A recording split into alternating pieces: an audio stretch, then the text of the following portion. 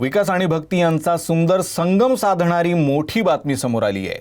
श्री स्वामी समर्थांच्या दर्शन मार्गाला नवी गती देणारा आणि विकसित महाराष्ट्राच्या दिशेने भक्कम पाऊल ठरणारा ऐतिहासिक निर्णय केंद्र सरकारकडून घेण्यात आला आहे। राष्ट्रीय महामार्ग क्रमांक 548B अंतर्गत भुरीकवठे, वागदरी, अक्कलकोट, नागणसूर, तोळणूर ते महाराष्ट्र कर्नाटक राज्य सीमा या मार्गाच्या रुंदीकरणासाठी तब्बल 353 कोटी 23 लाख रुपयांची मंजुरी देण्यात आली आहे। या प्रकल्पाअंतर्गत 47.663 किलोमीटर लांबीच्या रस्त्याचं रुंदीकरण करण्यात येणार आहे। या कामामुळे कर्नाटककडून येणारी जड वाहतूक अधिक सुरक्षित, वेगवान आणि सुरळीत होणार आहे। यासोबतच आंतरराज्य व्यापार, उद्योग आणि प्रवासालाही मोठी चालना मिळणार आहे। या मार्गाचं महत्त्व केवळ वाहतुकीपुरतं मर्यादित नाही।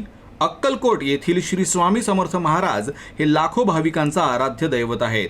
भिऊ नकोस, मी तुझ्या पाठीशी आहे हा स्वामींचा आशीर्वाद घेण्यासाठी लातूर, उमरगा, आंध्र प्रदेश तसंच कर्नाटकातून दरवर्षी असंख्य भाविक अक्कलकोटमध्ये दाखल होतात। या नव्या महामार्गामुळे भाविकांचा प्रवास अधिक सुरक्षित, सुलभ आणि वेळेची बचत करणारा ठरणार आहे। भक्ती आणि विकासाचा हा महामार्ग सोलापूर जिल्ह्याला नवी ओळख देणारा ठरणार आहे। ही मंजुरी विकसित महाराष्ट्र या संकल्पनेला गती देणारी असून पायाभूत सुविधांच्या बळकटीकरणातून राज्याच्या प्रगतीला नवी ऊर्जा देणारी आहे।